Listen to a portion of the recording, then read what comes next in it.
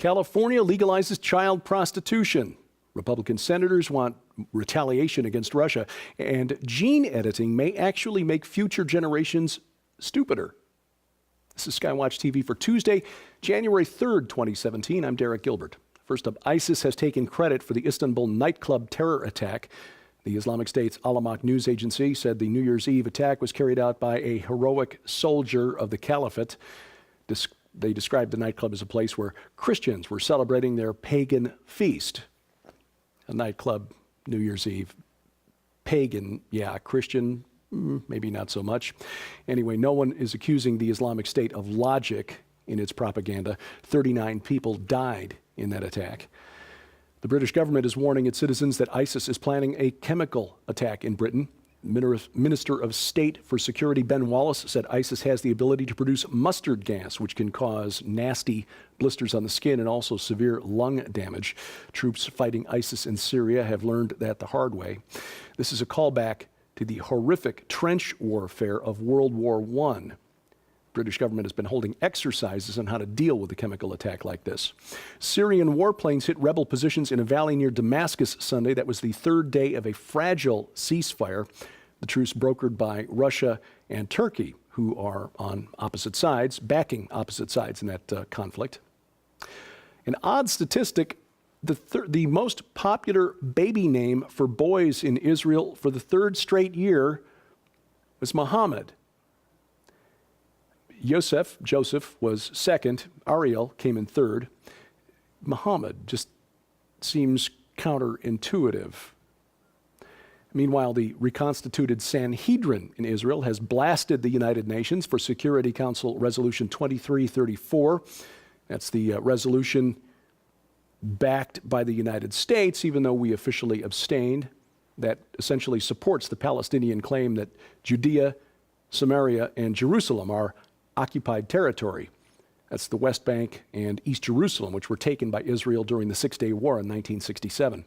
The Sanhedrin's letter to the Security Council said, all the land of Israel belongs exclusively to the nation of Israel and not to an invented nation with no legal or historic claim to the land. Now, the Obama administration, which engineered the vote behind the scenes and then abstained, instead of using its Security Council veto to block the resolution, has inspired some rabbis in Israel to ask whether President Obama has effectively kicked off the war of Gog and Magog. Now, in Jewish eschatology, that's the big one. They don't believe in Armageddon, that's New Testament. The war of Gog and Magog is the final conflict at which the Mashiach, and actually two Mashiachs arrive, Mashiach ben Joseph, who dies in the war and then is resurrected by Mashiach ben David, who then goes on to judge the nations. We don't believe that that is correct, but we share that information with you so you have a better understanding of what our Jewish brothers and sisters, at least those who are religious and believe in end times prophecy, are thinking. And meanwhile, Prime Minister Benjamin Netanyahu is in a bit of a political fight, might turn into a legal fight. He's being questioned by Israeli police in a corruption investigation. Police Monday talked with the Prime Minister at his home. This investigation has been ongoing for about 9 months. There are two different issues involved here, one related to influence peddling, another related to whether he directed a contract to build submarines in exchange for favors. A spokesman for the Prime Minister said there was nothing and there will be nothing. If nothing else, we learn that politics in Israel is just as vicious as it is here in the United States. A couple of Republican senators are calling for tougher action against Russia. John McCain of Arizona, Lindsey Graham of South Carolina want tougher sanctions, retaliation for the hack of the presidential election. Senator McCain called it an attack. It should be treated as such. Senator Graham said he hopes to make 2017 a year of offense. Let's pray that cooler heads prevail. Now look, I'm under no illusion that Vladimir Putin is a nice guy, but he's looking out for his nation's best interests. Our senators should be looking out for our best interests. And given that the administration has produced no evidence whatsoever that the Russians actually influenced the outcome of the election, maybe this talk of war should be toned down just a little bit. Coming up, as we said at the top of the program, California basically legalizes child prostitution. Straight ahead on SkyWatch TV.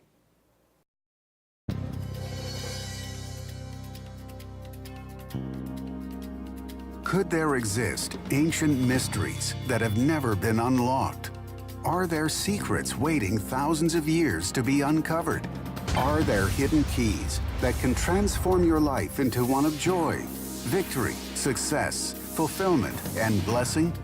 Imagine if you could have a treasure chest that contained ancient mysteries, the secrets of the ages, the answers to our most enduring questions, and the keys to transforming your life. This is what you'll get in the Book of Mysteries by Jonathan Cahn, author of the New York Times bestsellers, The Harbinger and The Mystery of the Shemitah. As you open up the Book of Mysteries, you will be transported on a journey through a desert to encounter a man known only as the Teacher, who will take you on an odyssey to mountaintops, caverns, encampments of tent dwellers, and oil-lit chambers of scrolls, ancient books, and mysterious vessels, to open the mysteries of the age and your life. Unlock such mysteries as the portal, the mystery of the eighth day, the Maccabean blueprint, the bridegroom's visitation, the 7 mysteries of the age, and much more. Enter a one-year odyssey with 365 different mysteries, one for every day of the year. Begin your journey, open up the treasures, unlock the mysteries, and change your life with the Book of Mysteries by Jonathan Cahn, available where all books are sold. Jonathan Cahn, the best-selling author of The Harbinger and Mystery of the Shemitah, brings his brand new book to SkyWatch TV. The Book of Mysteries, officially released September 6th. It's a story, a journey, and a daily devotional like no other.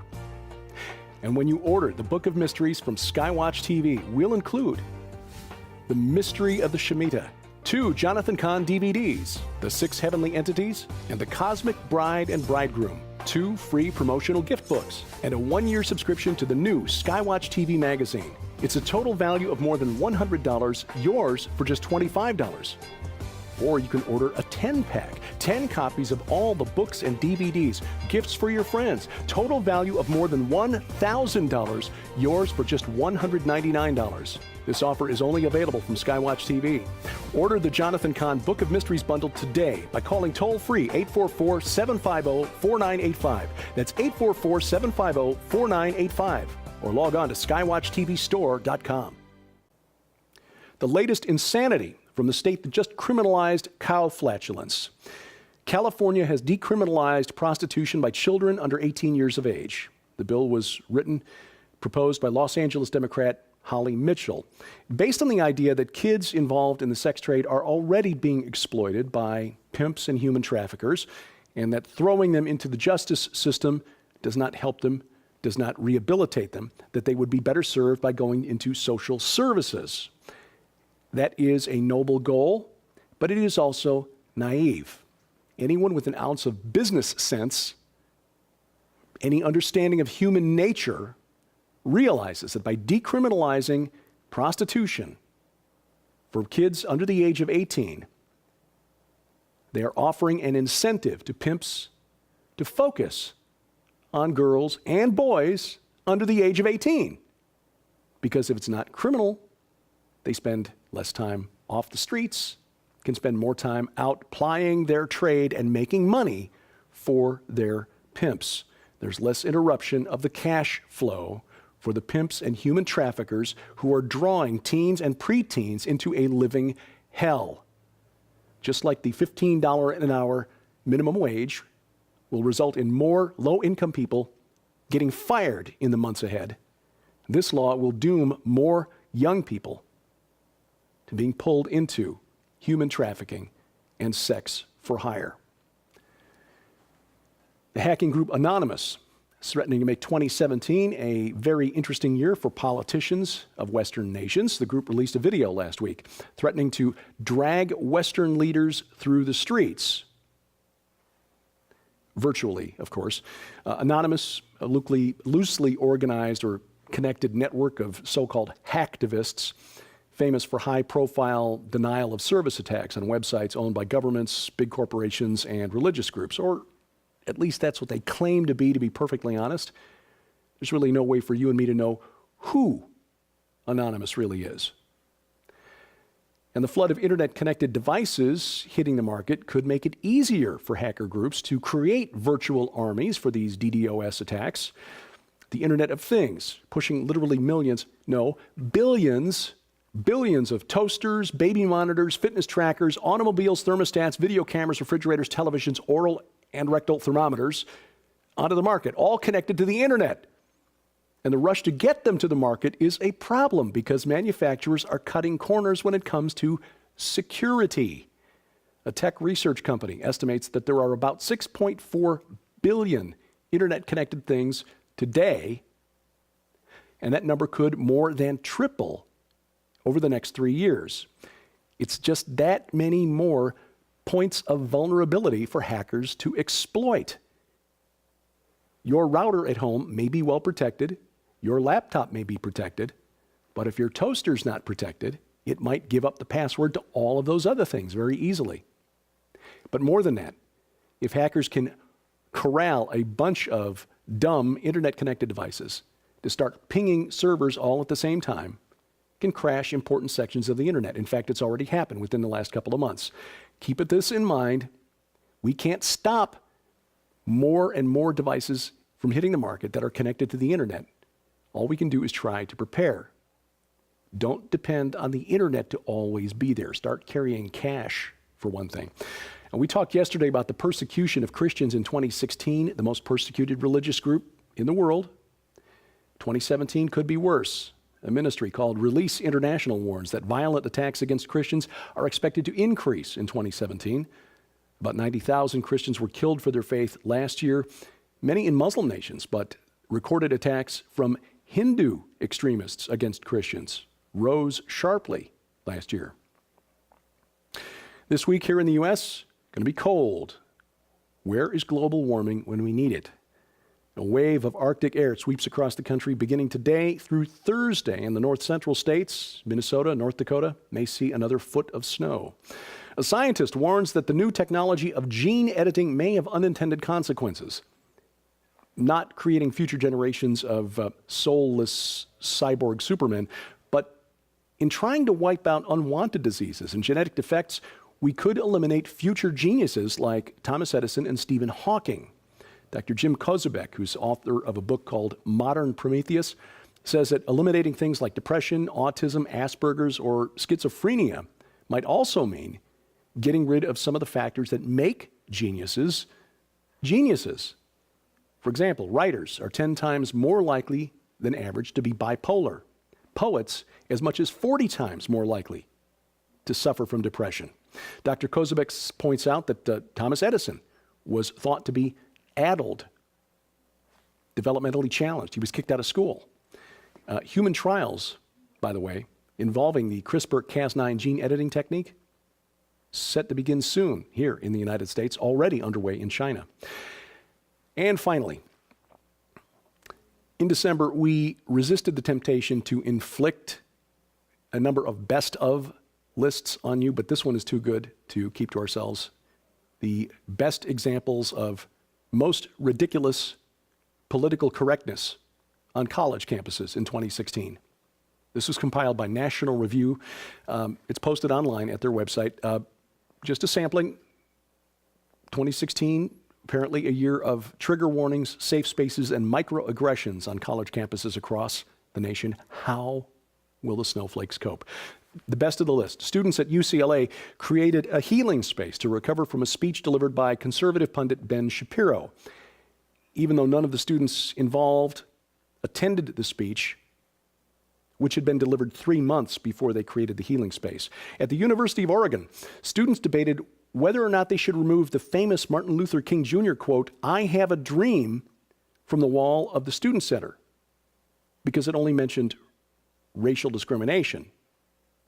See, nothing in there about gender identity, so it wasn't inclusive enough. At the University of Iowa, a professor wrote an email to the athletic department concerned that the school's mascot bird, Hawkeye, Iowa Hawkeyes, that Hawkeye was too scary looking and might be traumatizing students. And law students at the prestigious school in England, Oxford University, told they didn't have to learn about rape or violence law if they found it too triggering. No word as to whether they'll be able to excuse themselves from court if they find the alleged crime too triggering. And finally, at Harvard, the Harvard, a student publicly declared that benches are a racial issue. Now, I wish I could say that that was a code word for something, but no. Benches, he means the kind you sit on in a park. The generation of future leaders in America, and I'm thankful our daughter opted not to attend a four-year institution. Coming up at the end of March, you have an opportunity to meet many of us from SkyWatch TV at the Hear the Watchman conference. In fact, Sharon and I will be sitting in on a panel on husbands and wives as fellow soldiers in the spiritual war. Just talked to Josh Tolley. He and his new bride, or bride-to-be actually, will also be part of that panel.